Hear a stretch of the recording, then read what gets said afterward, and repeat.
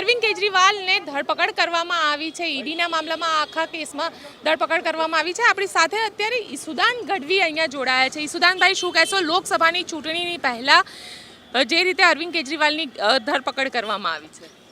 જુઓ, નરેન્દ્ર મોદી અને ભાજપ અરવિંદ કેજરીવાલજીને આમ આદમી પાર્ટીથી ખૂબ ડરી ગયા અને એના કારણે એમણે આખી આમ આદમી પાર્ટીને ખતમ કરવાનું આખું ષડયંત્ર રચ્યું છે।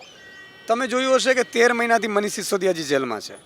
સુપ્રીમ કોર્ટ એવું કહે છે કે યાર એક શબ્દ તો કહો, નહીં તો 2 મિનિટમાં કેસ ઉડી જશે। પણ પીએમએલએ હેઠળ તમે કોઈને પણ અંદર કરી શકો છો અને જ્યાં સુધી ટ્રાયલ ન ચાલે ત્યાં સુધી જામીન મળવાના નથી, ટ્રાયલ ચલાવવાના નથી। એટલે લોકસભામાં એમને એવું લાગે કે ભાઈ લોકસભામાં આ લોકો ડરી રહ્યા છે। અરવિંદ કેજરીવાલજી લોકસભામાં પ્રચારમાં ન જઈ શકે અને એટલા માટે તે ઈડીને આગળ કરી અને આખું ષડયંત્ર કર્યું છે। પણ ભાજપે બહુ મોટી ભૂલ કરી છે। અરવિંદ કેજરીવાલજી કાલે વિશ્વમાં ટ્રેન્ડ હતા, વિશ્વમાં વોશિંગ્ટન પોસ્ટે લખ્યું છે અને એમાં એવું લખ્યું છે કે વિપક્ષને ખતમ કરવા માટે ધરપકડો થઈ છે। આખા દેશમાં અત્યારે 140 કરોડ નાગરિકો અરવિંદ કેજરીવાલજીની સાથે છે। એટલે ભાજપ છે એણે આજની જિંદગીની સૌથી મોટી ભૂલ કરી। ભાજપે અહીંયા ચેતરભાઈ વસાવાને જેલમાં નાખ્યા હતા, તમે પરિણામ જોઈ લીધું। અમારી સ્ટ્રેટેજી અલગ છે, અમે સ્ટ્રેટેજીથી ચાલી છે। પોલિટિકલી હોય એ ક્યારેય અદાલતોમાં નથી લડાતું, પોલિટિકલી રસ્તા ઉપર જ લડાય છે। અમે અહીંયા પણ માનનીય ઉમેશભાઈના અને ચેતરભાઈના વિસ્તારમાં પત્રિકાઓ જઈને ઘરે ઘરે સાઇન કેમ્પેન ચાલશે। એટલે અરવિંદ કેજરીવાલજીથી ખૂબ ડરી રહી છે અને એટલા માટે ધરપકડ કરી છે। અને દુઃખની વાત તો એ છે, હવે મને ખબર નથી અત્યારે અપડેટમાં, કારણ કે પોલીસે મને અહીંયા ડિટેન કરી છે, પણ થોડા સમય પહેલાં અરવિંદ કેજરીવાલજીના પરિવારને કોઈને મળવા દેવામાં નથી આવતા। પણ જે રીતે અત્યારે આખો મામલો થઈ રહ્યો છે, સુપ્રીમ કોર્ટની અંદર પણ આમ આદમી પાર્ટી ગઈ છે, લાગે છે સુપ્રીમ કોર્ટથી ન્યાય મળશે? અમને તો આશા છે, કારણ કે હવે તમે જુઓ ચંદીગઢના મેયરની ચૂંટણી 36 વોટમાં ભાજપે શું સામ દામ દંડભેદ કર્યું, આખો દેશ જોયું। ભાજપના કારણે દુનિયામાં બદનામ થયું। મને એક લંડનથી ફોન આવ્યો, યાર કે આ શું થઈ રહ્યું છે, એમ કે આવી રીતે હોય। હવે એ તો આપણાવાળા છે, હજી તો ત્યાં એ પછી વિદેશોમાં નહીં જોતા હોય કે આ લોકો વિપક્ષને ખતમ કરીને તાનાશાહી તરફ જઈ રહ્યા છે। અને હું તમને કહું છું, વિપક્ષ ખતમ થશે શું? 2500 રૂપિયા ગેસનો સિલિન્ડર થશે તો પૂછશે કોણ? આજે 5000 રૂપિયા ઘઉંનો મણનો થશે તો કોણ પૂછશે, કોણ કરશે? એટલે આમાં તાળીઓ વગાડવા જેવું નથી, આ તાનાશાહી તરફ જઈ રહ્યું છે। પણ અમને સુપ્રીમ કોર્ટ ઉપર પૂરો વિશ્વાસ છે, અમારી અદાલત ઉપર પૂરો વિશ્વાસ છે, યકીન છે। અને તમે ઇલેક્ટ્રોલ બોન્ડમાં જુઓ, જે ઈડી ખંડણીખોરમાં પકડાઈ રહી છે, ખરેખર ઈડીના અધિકારીઓ જ શંકાસ્પદ છે, એ લોકપ્રિય મુખ્યમંત્રીની ધરપકડ કરે છે અને એ જ ઈડી સીબીઆઈ રેડ પાડે અને પછી ચંદા લે। તમે તો હદ કરી નાખી છે। એટલે આ તો બહુ જ ગજબની અત્યારે થઈ ગઈ છે। માનનીય મનમોહનસિંહે 10 વર્ષ પહેલાં કીધેલું કે નરેન્દ્ર મોદી પ્રધાનમંત્રી બનશે ને તો ડિઝાસ્ટર થશે દેશ માટે, અત્યારે ડિઝાસ્ટર થઈ ગયા સાબિત। તમે એને ડિઝાસ્ટર કહી રહ્યા છો, પરંતુ બીજેપી તો એવું કહી રહી છે કે આ તો આમ આદમી પાર્ટીએ પોતે કરેલા ખાડા છે, જેની અંદર આજે આમ આદમી પાર્ટી પડી છે। 6500 કરોડનું ફંડ કોને મળ્યું છે? ભાજપને મળ્યું છે। દેશમાં ઇતિહાસમાં આટલો કોઈએ ફંડ નથી ભેગું કર્યું, અને કઈ રીતે? ઈડી સીબીઆઈથી। અચ્છા, બીજું તમને એક મોટી ભ્રષ્ટાચારનો આરોપ જે લાગ્યો છે, શરાબ નીતિમાં ભ્રષ્ટાચારનો આરોપ લાગ્યો છે, ભાજપ કહે છે કે ભ્રષ્ટાચારનો આરોપ લાગ્યો છે, આ ભ્રષ્ટાચાર કર્યો છે માટે અરેસ્ટ થઈ। આ સુપ્રીમ કોર્ટમાં જશે ને ખબર પડશે ભાજપને।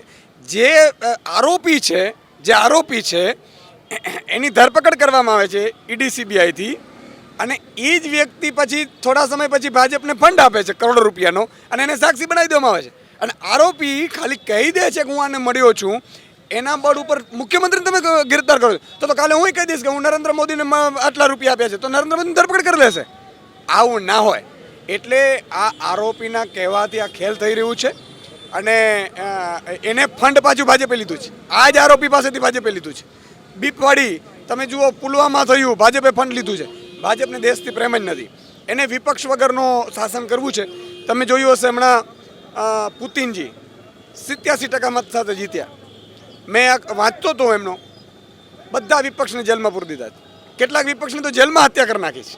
તો ભાઈ તમને મળી જ જવાનો છે, સામે કોઈ રહેવાનો જ નથી। તો એટલે આનો ખેલ આ જ છે કે હવે એમએસપીની વાત નથી થાય એમ। તમને એવું લાગે છે કે ડિક્ટેટરશિપ તરફ આગળ વધી? બિલકુલ ડિક્ટેટરશિપ આવી ગઈ છે, આગળ નહીં। આ ખાલી 2024નું કદાચ ભૂલથી પરિણામ આવી ગયું ને તો તમારા આ બૂમ બંધ કરી દેશે, લખી રાખજો। અને એટલા માટે તમે એનો જુઓ ને, તમે પહેલાં એમ કહેતા હતા 14માં કે એમએસપી આપીશું, 19માં કે હવે ભૂલ થઈ ગઈ 5 વર્ષ આપો, હવે ક્યાં એમએસપીની વાત? ખેડૂતોને 700 મરવી નાખ્યા. એટલે આ એમએસપીની વાત જ નથી. ફરીથી જૂના કાયદા 3 લાવશે, ફરીથી યુસીસી લાવીને આદિવાસીની સંસ્કૃતિ ખતમ કરશે. એટલે હવે પછી કર્મચારીઓને કાયમી બધાની નોકરી, આ બધાની કાયમી વહી જશે.